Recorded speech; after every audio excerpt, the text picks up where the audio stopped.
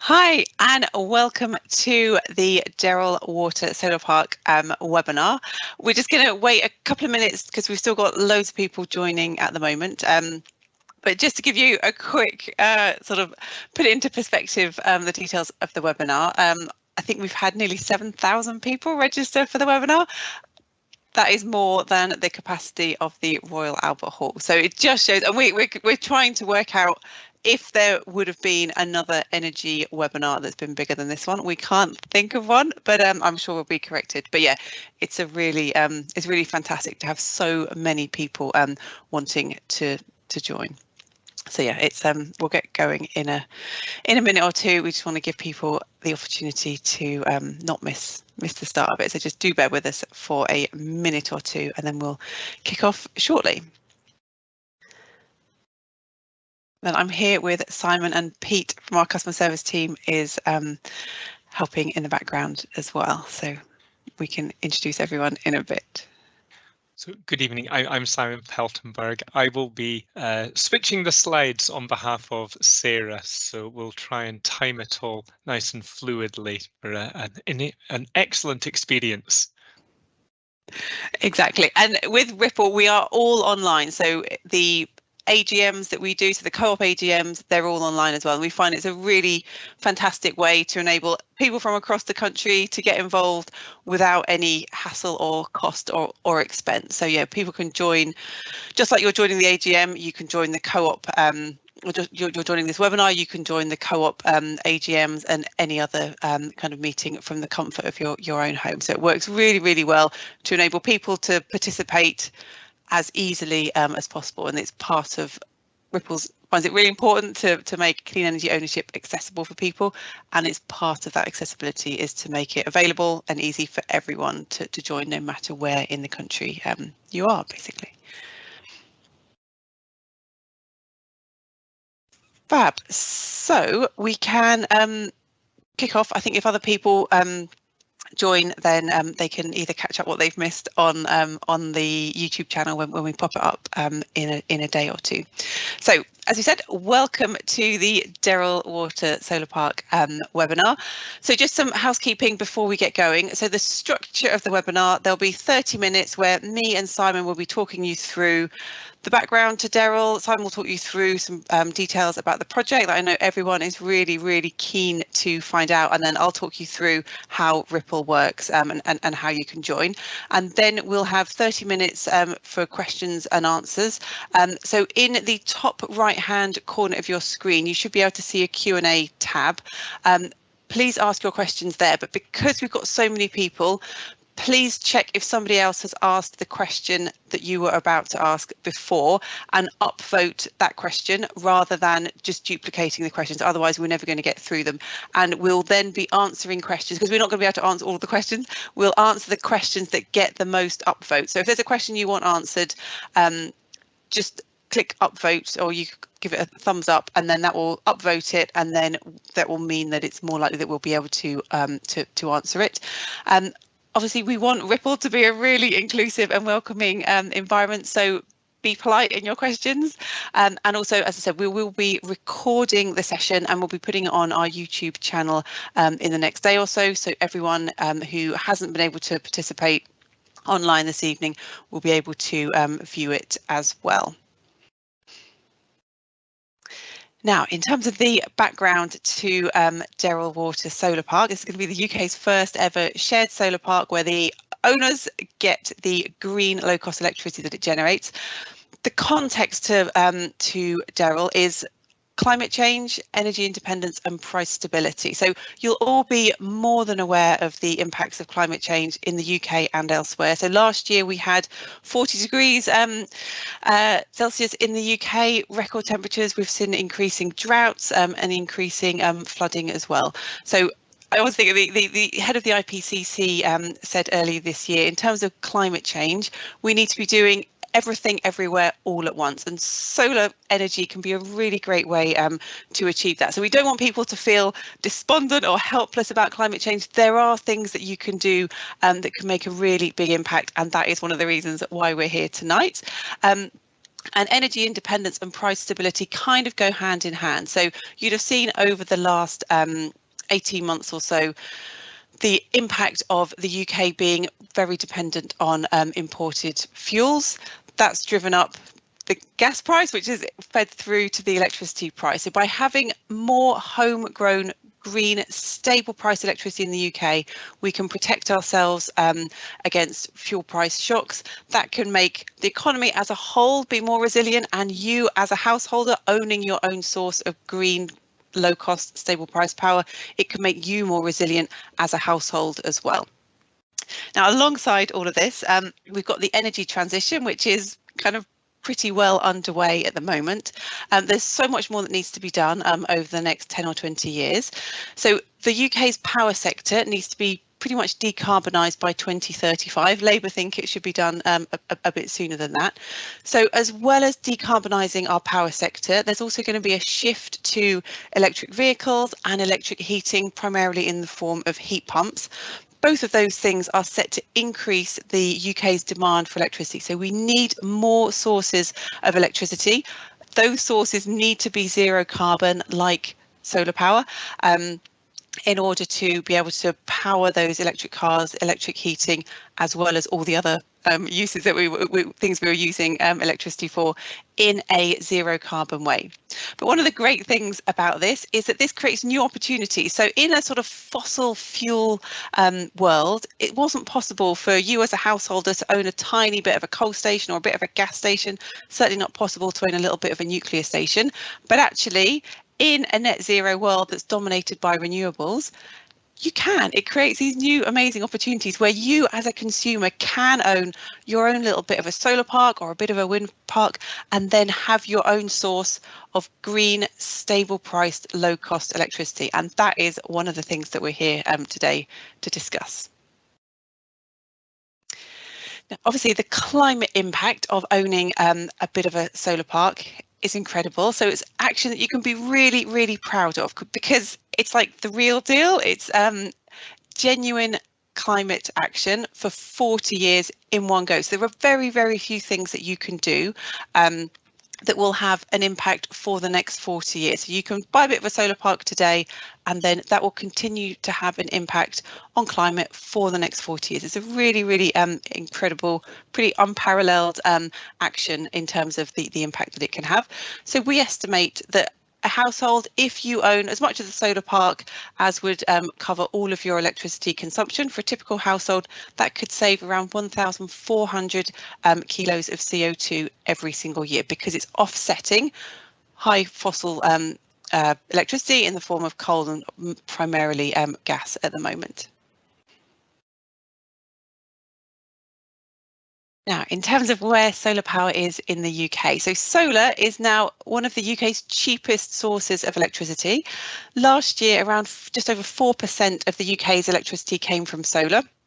In order to get to net zero by 2035, the UK government has said we need a 5-fold expansion in the amount of solar that's connected to the grid. So Derril can be a fantastic way of helping achieve that.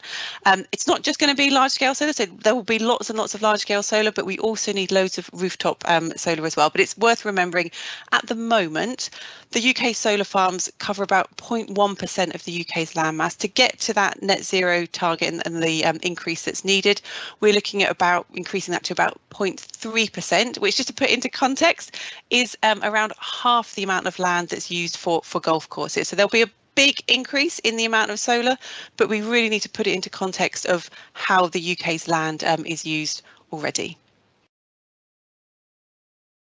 Now, just so we're all on the same page in terms of what Ripple is. So Ripple enables you, me, everyone to be able to own a tiny part of a large scale solar farm and then get the low cost green electricity that it generates supplied to your home via the grid by one of our utility partners. So that's kind of Ripple in a nutshell. I'll go into it in a bit more detail later on, but just so everyone knows, this is what we're here tonight to talk about. And the logic behind Ripple.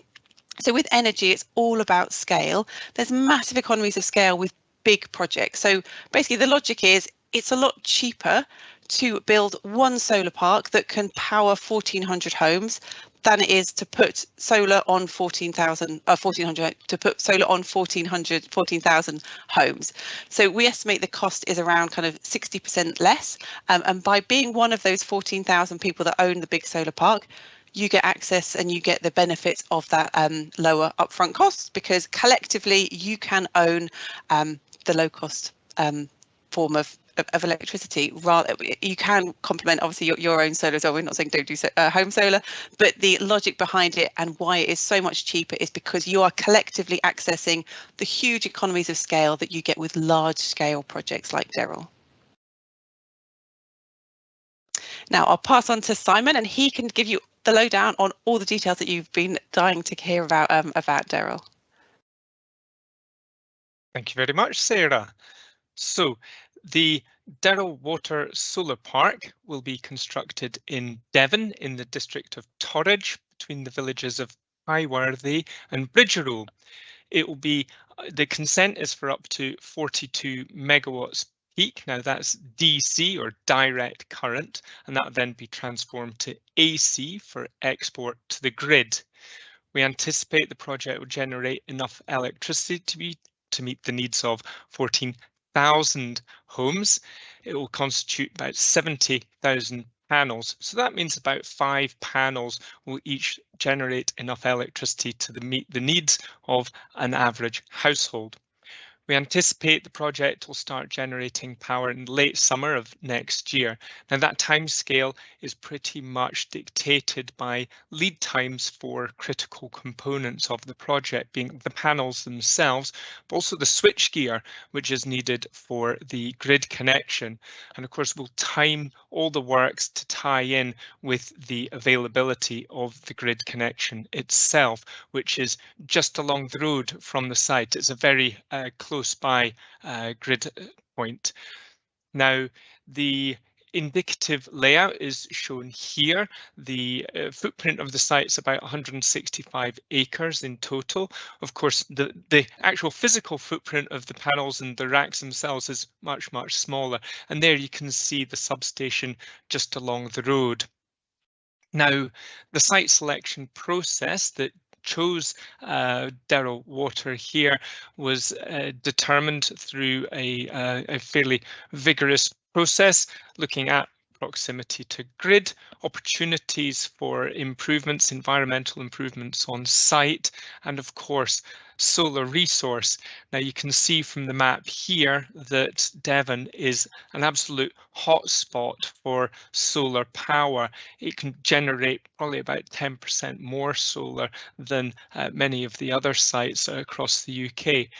But of course, with the Ripple model, it doesn't matter where in the GB you are, you can still get your share of the power allocated to you wherever you are, even if you're far away from Devon. Now, the project was developed by RES.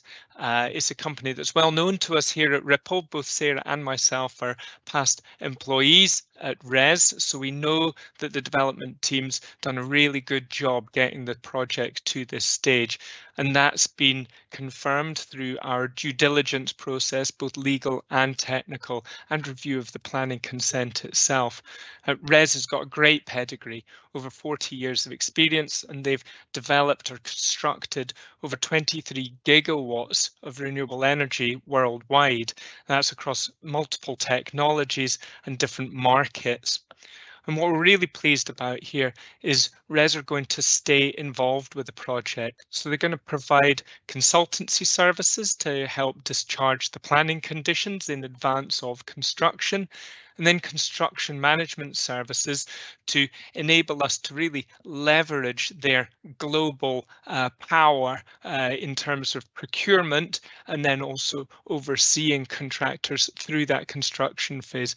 They've got a huge amount of expertise in-house, and we're delighted that we'll be able to use that expertise and all the resources they have.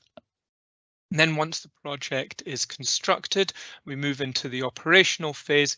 RES will again provide operation maintenance services and asset management services because they are very well set up for this. They do these services for third parties all the time. And we're really pleased that the continuity that they bring to the project will help build upon the relationships that they have with the local council, the community, and the landowners themselves.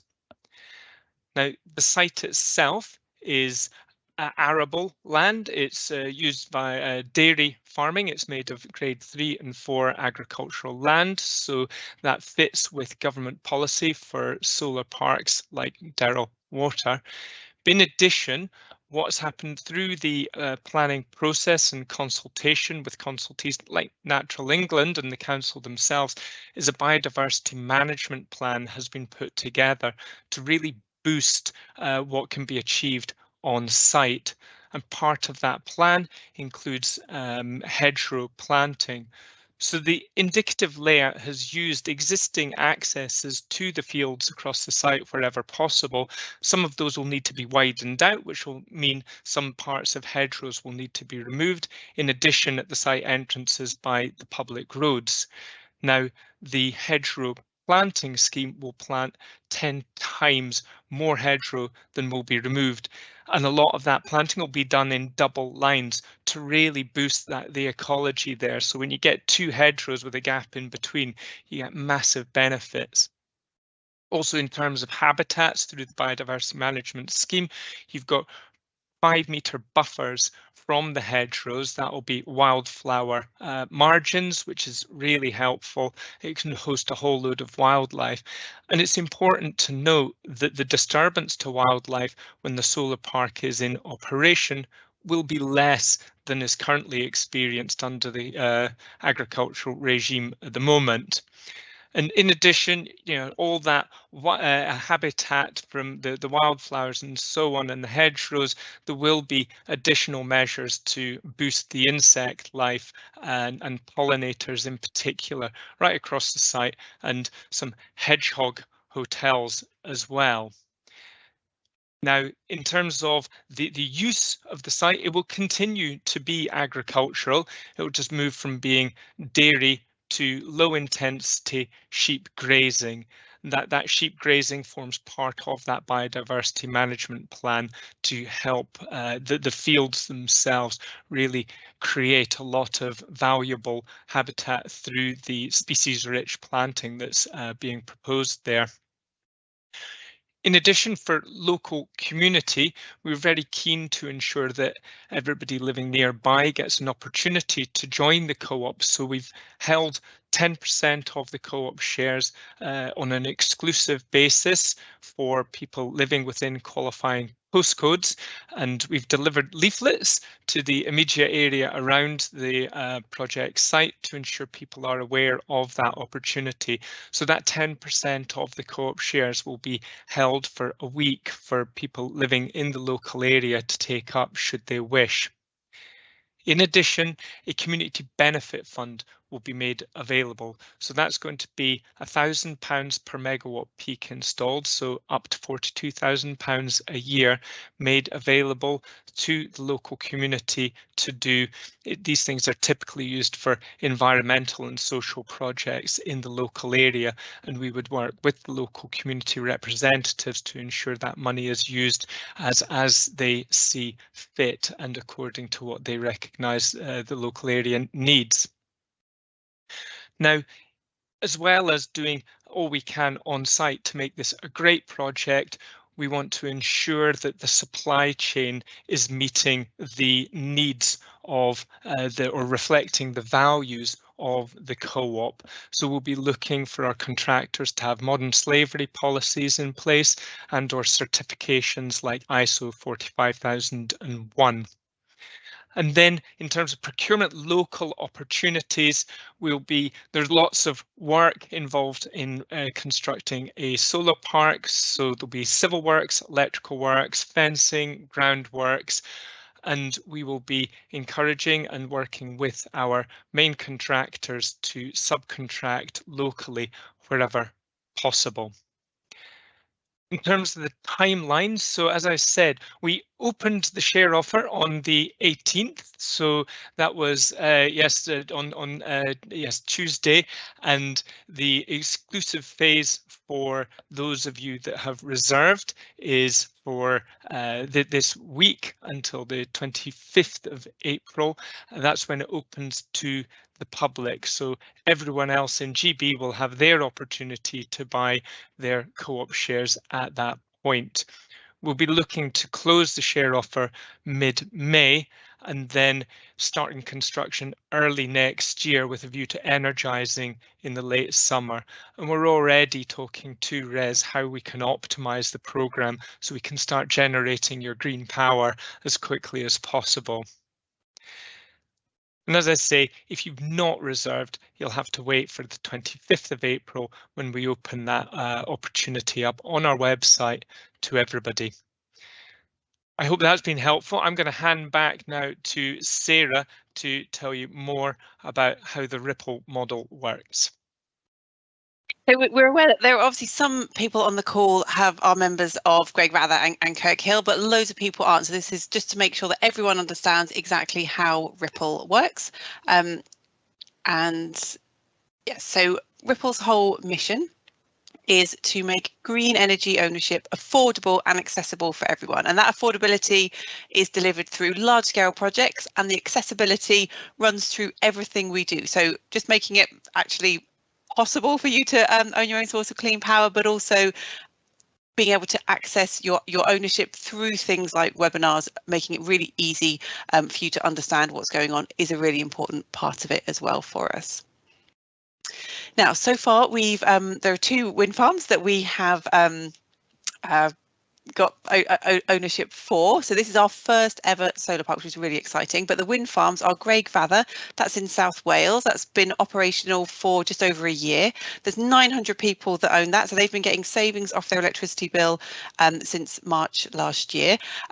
Last year, they saved £300 off their electricity bill, and this year they're set to save an average of £900 off their electricity bills.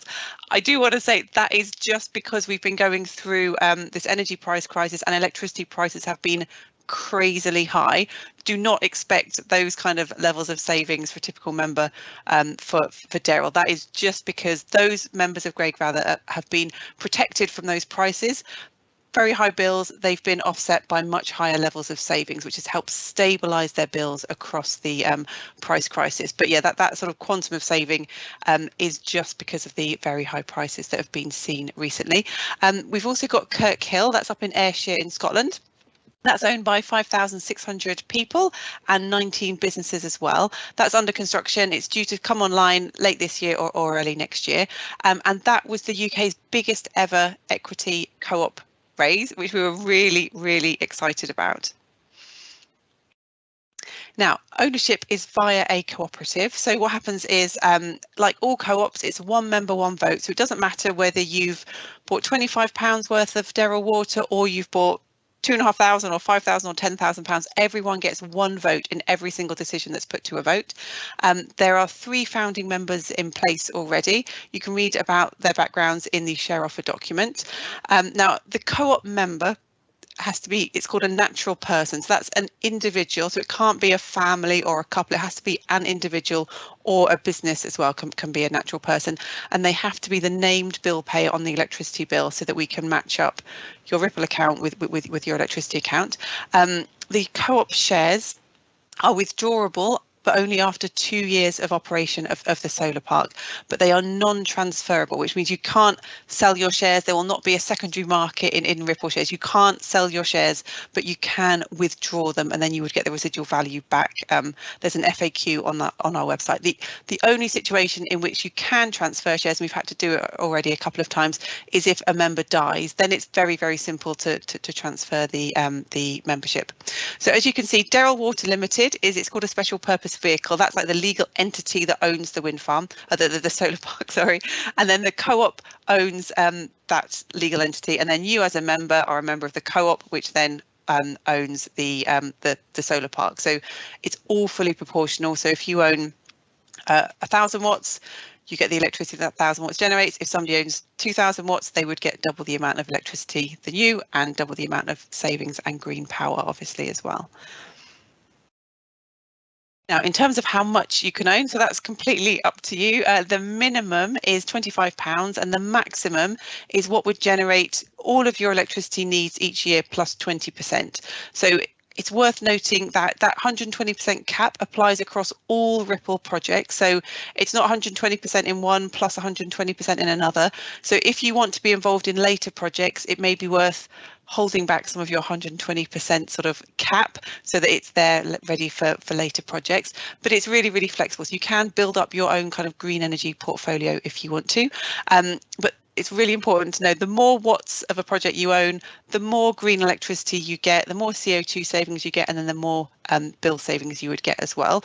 Now, for Derril, for a typical home, if they want to cover 100% of their electricity consumption from Derril, so that the amount of generation from Derril is the same as the electricity that they use, that's going to cost them just over £3,000.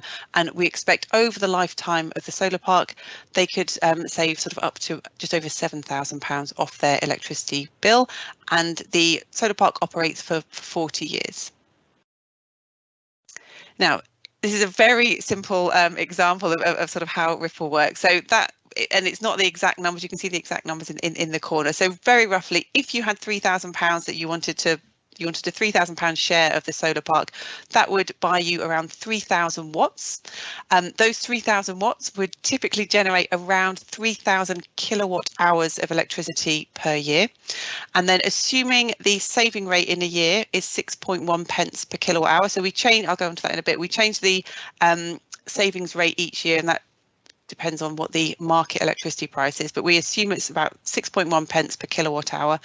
So over the year, you would get 3,000 multiplied by the 6.1 pence per kilowatt hour. So you'd get £183 saving on your electricity bill. And that's paid monthly according to when the electricity was generated. Now, in terms of those bill savings, so the savings is the difference between the wholesale market price, which recently has been incredibly high, and the operating costs of the solar park. Now, the operating cost of the solar park, so the cost of it actually generating electricity, is really stable and steady throughout its lifetime. So it includes things like rent, business rates, operations and maintenance contracts, Ripple's management fee as well. But we know what those are going to be for the 40-year lifetime of the wind farm. Not exactly, but it's not very volatile at all.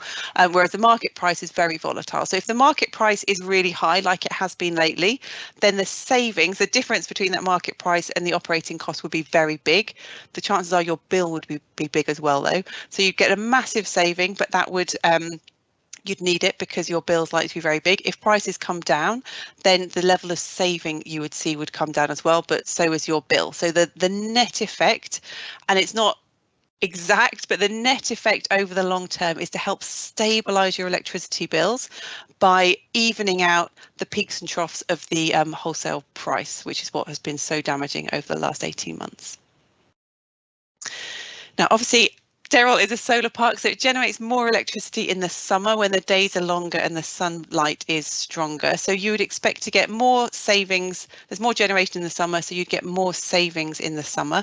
But these savings, if you use more electricity in the winter, or you're on holiday in the summer and you don't use that electricity, you do not lose your savings. It doesn't matter that even if you use electricity at night and the solar park's generating during the day, it's calculated on a monthly basis and the savings are applied to your bills. If you don't use electricity that month, or your savings are greater than your electricity bill, that saving will just sit on your bill, and then you can kind of reduce it down over the winter. So your savings aren't lost, even if they're generated at times when you're not using electricity. But yeah, so you would expect to get more savings. We pay the savings a few days after the end of the month. So early August, you would get the savings from July. Early January, you would get the savings from the generation that's happened in December. And then this is what it looks like. So this is just a copy of my bill.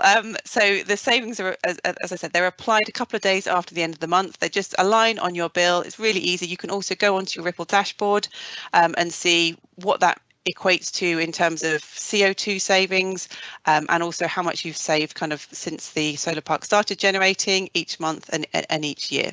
But it varies obviously according to how much generation was produced the previous month.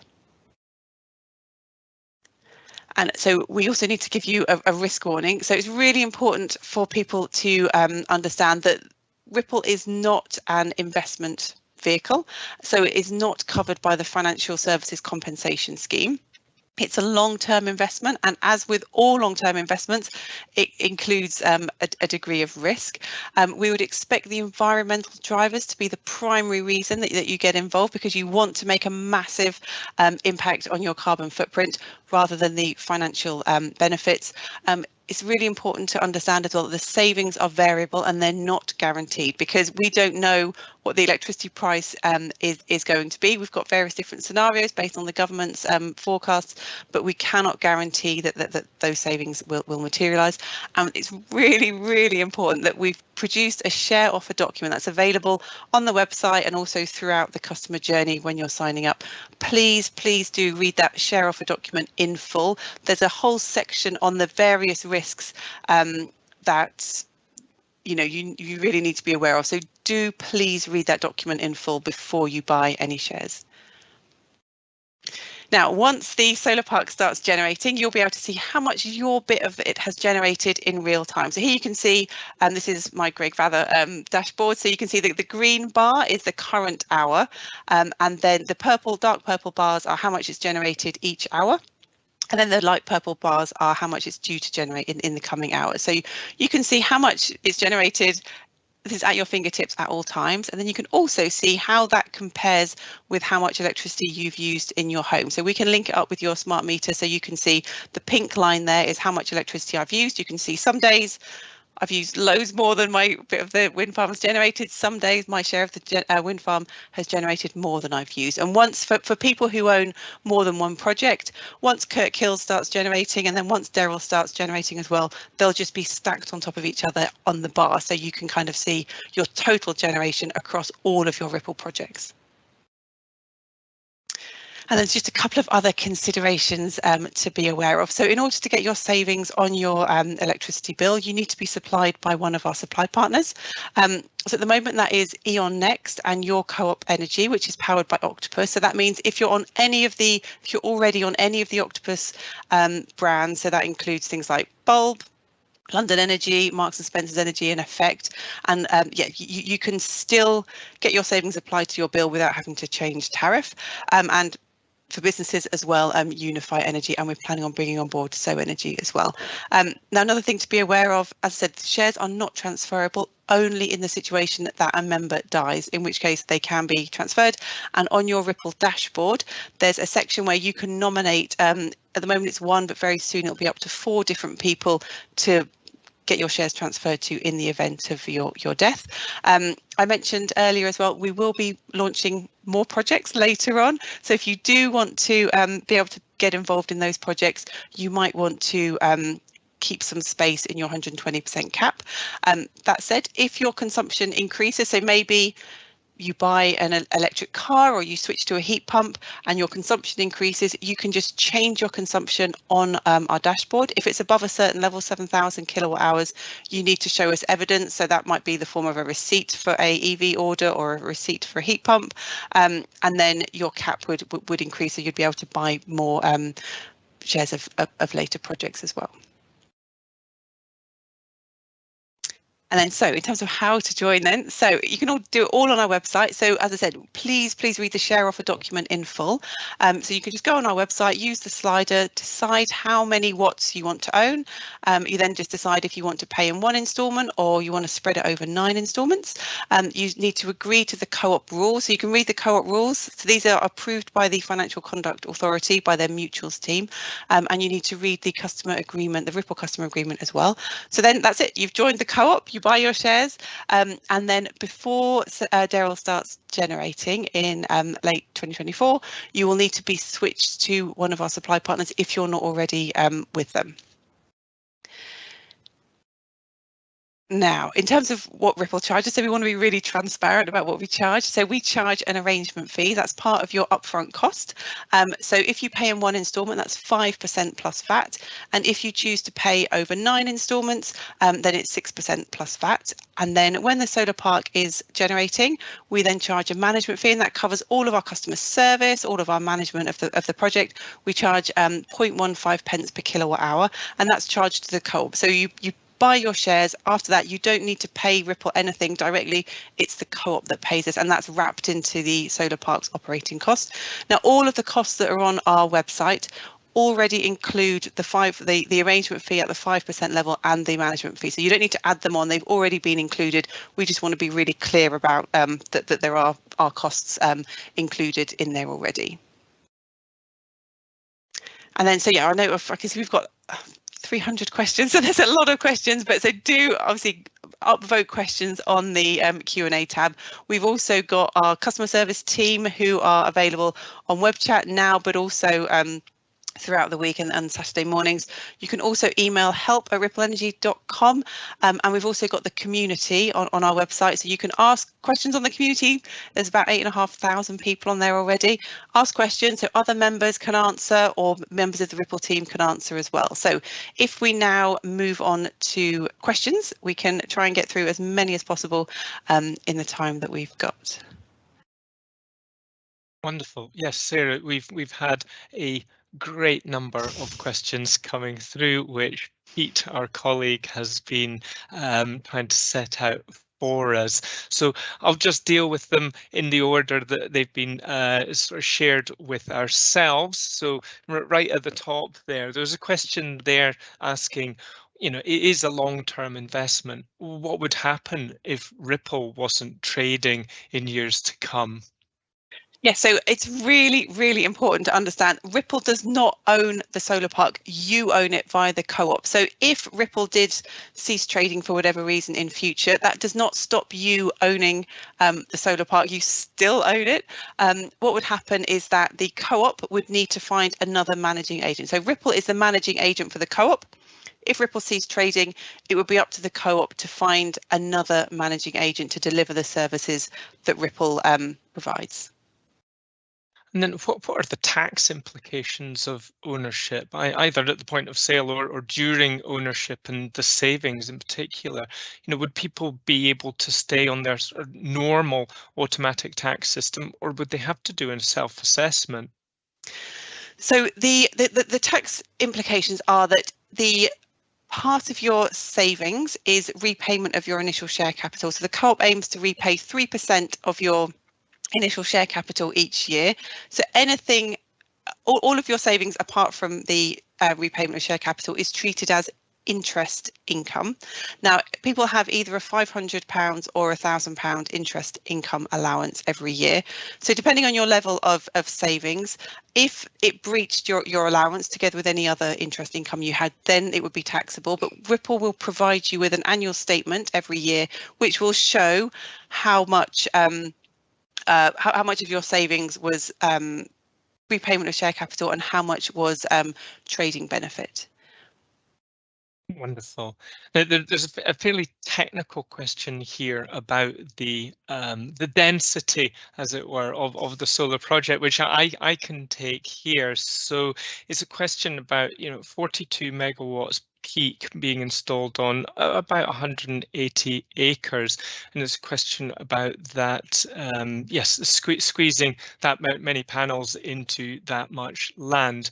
Now, as I said during the slides, it is an indicative layout. The project is for up to 42 megawatts peak. The layout was reviewed by technical consultants on behalf of the co-op, and they felt that the layout was reasonable.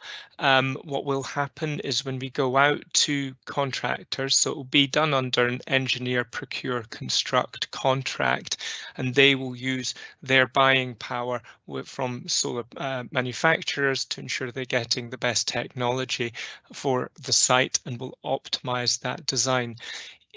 If the actual installed capacity is less than 42 megawatts peak, then everything will kind of rejig proportionately, but it's very much our technical consultants' view that the overall proposition for an individual member would be very much as is. So that's set out in some detail in the share offer document.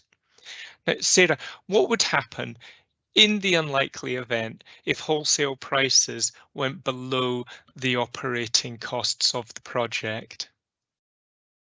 It would be a very unlikely situation, and so what you do is, because we fix the savings rate on an annual basis, in some periods you do get, in a half-hour period, it's not that unusual to get prices to go negative, but over the course of a year it would be very, very unusual for power prices to, on an annual basis, fall below the operating cost of the wind farm. So in that case, if it did, then the co-op would need to kind of step in and take some action. But yeah, we absolutely do not think that that is likely to happen. That's right. And there's a question here about the panels themselves, and as technology advances, 40-year lifetime of the project is quite a long time. The question was put, if a panel were to fail after, say, 10 years and its replacement was more efficient and the overall output of the site increases, well, yes, we would do that. We would look to use technological advances where appropriate. But would it affect their percentage of savings? No, not really. No, if the project can generate more power, it just means you've got more power being allocated to you, and the costs for such upgrades is something that we would seek to accommodate within the financial model and the cash flow forecast. So having a buffer in there in the cash flow to enable us to take advantage of improvements on the site if appropriate. The next question was in terms of increasing or decreasing their shares once the project's live. I think you touched upon this already. Is there anything you wanted to add there? In terms of a marketplace in particular was the question. So there absolutely will not be a marketplace or sort of secondary market for co-op shares, because the rules of the co-op mean they cannot be transferred. So they can't be bought and sold between each other. However, if you moved to America, saying you didn't want any green electricity in the UK anymore, you can apply to withdraw your shares. And what we do is we keep a waiting list.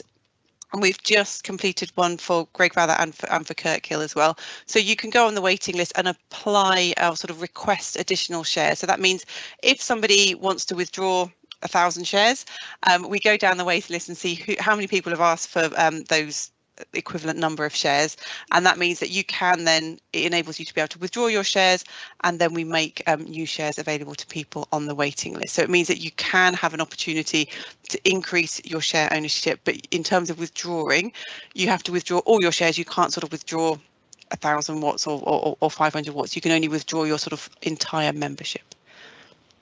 Excellent. And now the next question is a classic Ripple question. If somebody's generating the equivalent of 100% of their consumption, why do they get a saving on their bill? Why is their bill not gone to zero? Yes, so the electricity, there's a couple of things. So the electricity from your wind farm is from your solar park is not free. So of your bill is made up of wholesale costs.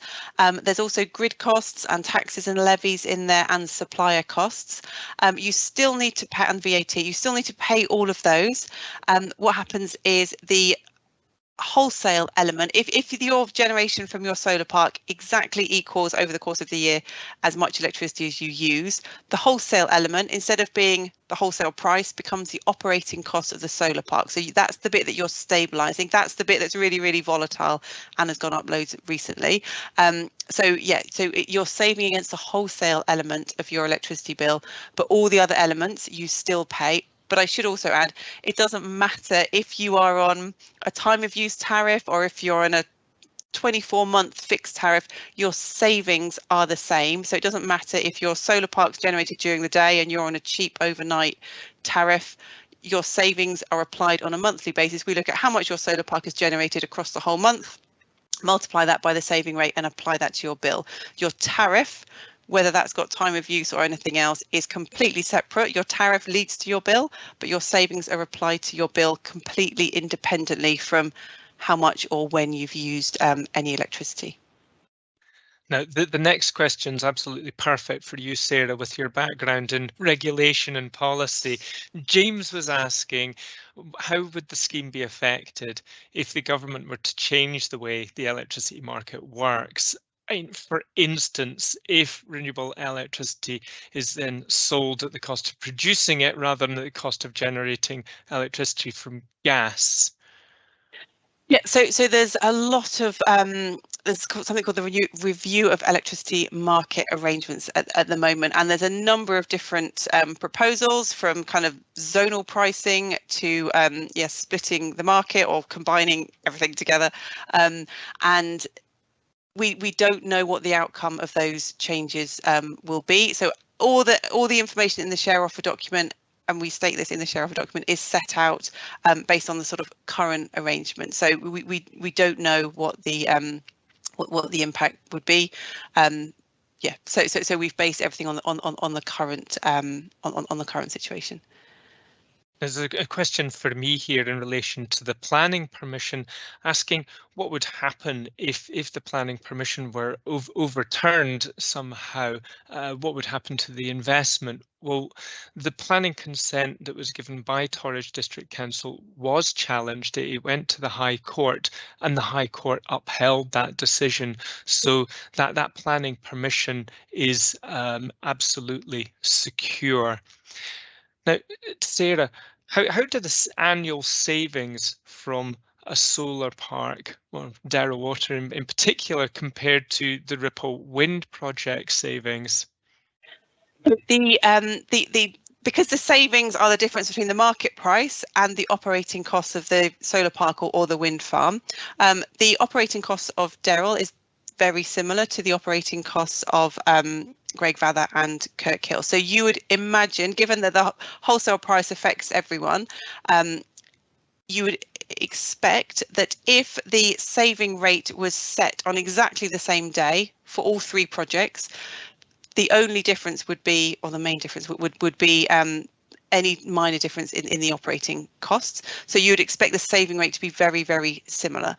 So yeah, the biggest difference in saving rate is driven by the wholesale price, because the operating costs of the wind farms and the solar parks are very similar. Yeah. I would add there that it will be the pattern of the savings. So for a solar park, bigger savings in the summer; for a wind farm, bigger savings in the winter. Yeah. But because we enable people to size their shares on the basis of the annual amount of electricity being generated overall over the course of the year, they'll probably end up very similar. Yeah. Exactly. So if your bit of the solar park generated 3,000 kilowatt hours, or you had a bit of a wind farm that generated 3,000 kilowatt hours, the amount of savings you would get from either of them across the whole year would be very, very similar, albeit the wind savings would be more in the winter and the solar savings would be more in the summer. But if you even them out across the whole year, they would be very, very similar, because the saving rate would be similar, because the operating costs are very similar. And Paul has asked a question about grid connection and being bottlenecks, and people saying that grid offers are being put out for 2030 to 2038. Absolutely, we are aware that people trying to develop renewable energy projects are being offered grid connections that are way out in the future. That's why Derril Water was such an attractive proposition for us, because it's got this grid availability in relatively near term. And there was a question there about Kirkhill. We'll try not to get too distracted about Kirkhill on this call, but yes, the Kirkhill grid connection is absolutely on track for the end of the year. Now, there was a question about battery storage on the site. So there is an FAQ on our website. We do need to remind people we have a good selection of FAQs there. But do you want to say anything about opportunities for batteries here? So we haven't got any plans to put a battery on at Derril. So batteries are something that we have looked at, sort of not necessarily for Derril, but we have looked at whether or not you could do the Ripple model for a large scale battery. The logic, again, looking at that big project that can do 14,000 homes versus individual ones is kind of there. So instead of people having batteries in their homes, they can share a bit of a large grid scale battery. But because the flows of value with a battery are so different, so you have to value the flows in different to how you go out, whereas with a solar park, it's all just coming out, going in one direction. It's a solar and a wind farm is a lot easier to do that. And also owning a bit of a solar park from a FCA co-op perspective, the members of the co-op are doing that in order to own their own source of clean power, whereas owning a bit of a battery is a lot more like an investment vehicle. You're only owning that battery in order to get financial benefits from it, whereas if you're owning a bit of a solar park, you're doing it primarily for the environmental benefits. Now, there was a question about local objections, which I'll take. So through the planning process, clearly everybody had an opportunity to put their views forward to the local authority in their consideration of the application, and those valid views were all taken into account. And as I say, the planning decision was upheld at the High Court. I think it's really important to remember as well just how popular solar farms are in the UK. I think there's the Bayes public attitudes tracker shows something like 85 to 90% support Exactly. for solar farms, and of course they are a fundamental part of our net zero plans. Exactly. So yeah, it's they are the most popular source of power, and I think it's 84% in favour and just 4% are against them. So yeah, incredibly popular form of electricity, and people want to see more of them because they know they're needed. Now, do you think some people should part invest in solar and then save some of their allowance, as it were, for future projects? So that's completely up to them, basically. So it depends on so many different factors. It depends on how quickly you might, obviously, Derril is due to be coming online in late summer next year. Obviously, if you wait for a later project, it may not be generating until beyond that. So it's completely up to the individual whether they want to have a mixture and build up a little portfolio of different projects, or if they just want to be an owner in a single one. It's completely up to you. But yeah, if you did want to build up a mini portfolio of different projects and be involved in lots of different co-ops, then yes, you should not go up to your full 120% cap and save some space in it for a later project. Yeah. And there was a question about the payback time and comparing it to some of our wind projects. I would note that when we launched the Greg Vava share offer, we indicated a substantially longer payback time than is actually turning out. So I would really impress upon people that things like payback times are purely indicative. Nobody knows where electricity prices will go.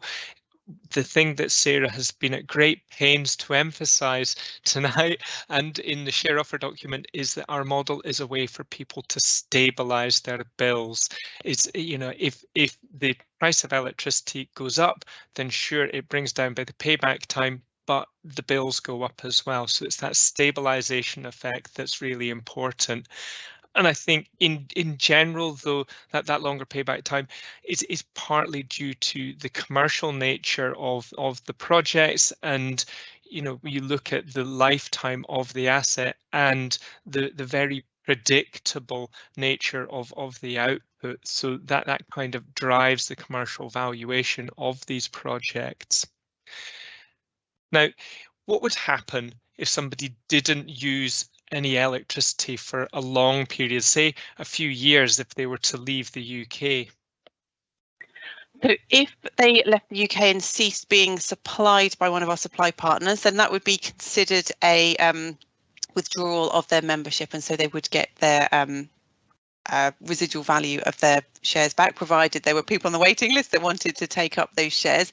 If you knew you were going to be coming back and you really wanted to keep your shares, then it would just be a case of getting in touch with us and letting us know, so that we could come to some form of arrangement. But yeah, if you want to withdraw your shares, or if you move to a different supply partner, or you stop being supplied by one of our supply partners, then that is treated as a kind of automatic withdrawal of shares. We would get in contact with you and say, is this really what you want to do? But yes, so if you were moving away for a number of years, you just need to decide, do you want to withdraw your shares, and then when you come back, join another Ripple project, or yeah, I think it would just be better to contact us in that situation. Now, there's a lovely question here from John. It sounds like he's got a great setup. He's got an Economy 7 tariff, solar panels, and a battery. So he charges his battery from his panels, and then he tops it up with his Economy 7 power at night. Now, as a result, he says he hardly ever buys daytime cost electricity, and he says, well, the Ripple solar farm won't supply nighttime power, so it's not worth us joining. So I think, again, just to re-emphasize, it doesn't matter what tariff you're on with the Ripple model, you get your savings applied to your bill. No matter what time of day you consume your power, you get the savings on your bill according to how much power your share of the solar park generates and the wholesale value of that power. Exactly. So if your bit of the solar park generates 100 kilowatt hours in a month, you would get 100, assuming the saving rate is 6 pence, you would get 100 times 6, you get £6 off your bill the next month, regardless of whether you only used electricity at night when the solar park wasn't generating. So yeah, there's no link to your solar park and its patterns of generation and when you use electricity. You get your saving rate for every kilowatt hour your bit of the solar park generates, full stop. Now, what if somebody was to downsize in the future and drastically reduce the amount of power that they use? Say they go to half their consumption. Yeah, so we don't make people withdraw or sort of give up any shares. So if your consumption increases, we would increase your cap, your 120% cap accordingly. But if your consumption decreased, we wouldn't make you sell shares. So yeah, it's flexible upwards, but not downwards, basically. So you can keep your shares. You don't have to give them up or anything if your consumption falls. Now, can people hold shares jointly with their spouse? No, you cannot. The member of the co-op has to be a natural person, and a natural person is a individual or a business. So you can't be a couple is not a natural person, and a family is not a natural person. It's a legal requirement for the co-op rules, essentially. So yeah, we didn't make this rule up. It's a requirement of the co-op rules. Now, is a question here about trading benefit versus deemed share interest, and so withdrawal of capital is also termed. So people getting potentially charged tax on the savings if they exceed their personal allowance. And the questioner has asked specifically, is Ripple engaged with HMRC to try to remove this barrier that might be concerning people? We are absolutely engaged. Well, we're in more the Treasury. So we were engaged with the Treasury, then HMRC, and then we've gone back to Treasury. So yes, we are. We've written to the Secretary to the Exchequer, and we're awaiting a response. But yeah, we've spoken to a number of Treasury officials as well. So it is very top of our agenda in terms of our government policy asks is to avoid it. And part of the reason why we set the 120% cap is because if your home solar generates less than 120% of what your home uses, then any bill savings or any feed-in tariff payments or smart energy guarantee payments, they're all disregarded for tax purposes. So we've set that 120% cap. So when we're talking to government, we can say all of our members already meet the same requirements as you've allowed home solar to have, just to help them make it that much more easy to give us a tax relief. We absolutely cannot guarantee it's going to happen, but we are in active discussions with government about it. Now, Octopus Energy isn't named as a partner of Ripple, but existing Octopus customers can stay with Octopus. Does that mean that Ripple Co-op members can't switch to Octopus to take advantage of all their other tariffs that they have that don't mirror the ones with your Co-op Energy? So you can't we can't switch you to an Octopus tariff. If you are with Octopus or you switch to Octopus yourself before you join, then yes, you would then be able to have your savings apply, but we can't switch you to an Octopus tariff. However, if you're already with them, then you can get your savings applied to your electricity bill with them. And likewise, if you were to switch to Octopus during operation of the solar park as well. Indeed. There's a question here about decommissioning from David, and is asking if the members would need to pay for decommissioning of the site. I can categorically say no. So what would be done is a bond or other financial security would be put in place right from the start of the project life to cover such decommissioning costs, and the cost of that financial security has been factored into the financial model. And then what one would really do as you start to get towards the end of the project's life, you would do a survey to see what the residual value there is in the equipment there on site and judge how much money one needs left in the balance to cover the cost of decommissioning, taking the value of the residual value of the equipment into account. I think it's important to recognise that for decommissioning, the vast majority of the solar panels are recycled. They're not chucked in landfills. So the vast majority of solar panels, and when Simon's talking about the residual value, that is the kind of scrap and value of the materials themselves. Now, Adrian's asked, why is this a 40+ year investment when many of us won't make it that long? Yeah, so it's 40 years because that's how long the solar park is expected to operate for. So yeah, as we said, if the solar park does outlive you, then it's very easy to get your shares transferred to one of your next of kin, or up to 4 of your next of kin if you want to. But yeah, it's just that's the lifetime. Solar panels last 40 years. So we've it completely makes sense for the co-op will own the project for its entire lifetime. So that's why. Right. Mike's asked, what happens if we don't raise enough money to take the project forward? Is their investment cancelled and refunded? Yes, so if the project can't reach financial close, then all of your money, and including your Ripple arrangement fee, it's all returned to you. We really hope that doesn't happen, but yeah, so that's the situation. Okay. And how would we prevent members claiming for or buying more shares than might generate their 120% sort of consumption amount? So we ask for validation. If it's above a certain amount, then you need to show us evidence that you genuinely are using more than 7,000 kilowatt hours per year. So if it's, the average is around 3,000, 4,000. So yeah, if you're substantially above that, then you need to show us evidence, and you can just upload that via your dashboard. Okay, and there was another question about nodal pricing. I know that you touched upon REMA previously, but is there anything else that you would like to add in terms of the potential impacts should we move to a nodal pricing system? Maybe you can describe what nodal pricing is for those that aren't familiar. So nodal pricing is there's two different. At the moment, there's a single price for the whole.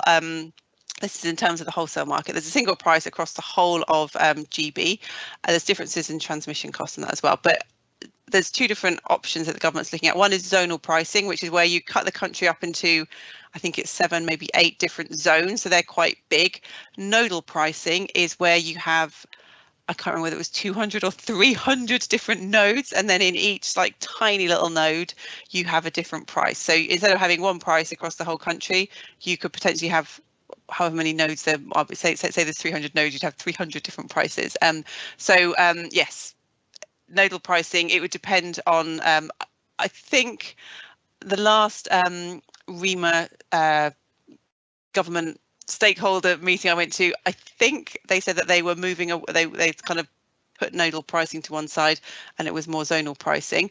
However, I wasn't able to make the last meeting, which I think was last week or the week before, so I'm waiting to get the notes of that one to find out what the outcome was. But yes, nodal pricing, it would make the price within that node would depend upon how much consumption there was, any change in consumption. So if you had a big factory entered that node, or a big factory left, or more generation from other power stations or other wind farms or solar parks changed, it would make the market a lot more complicated.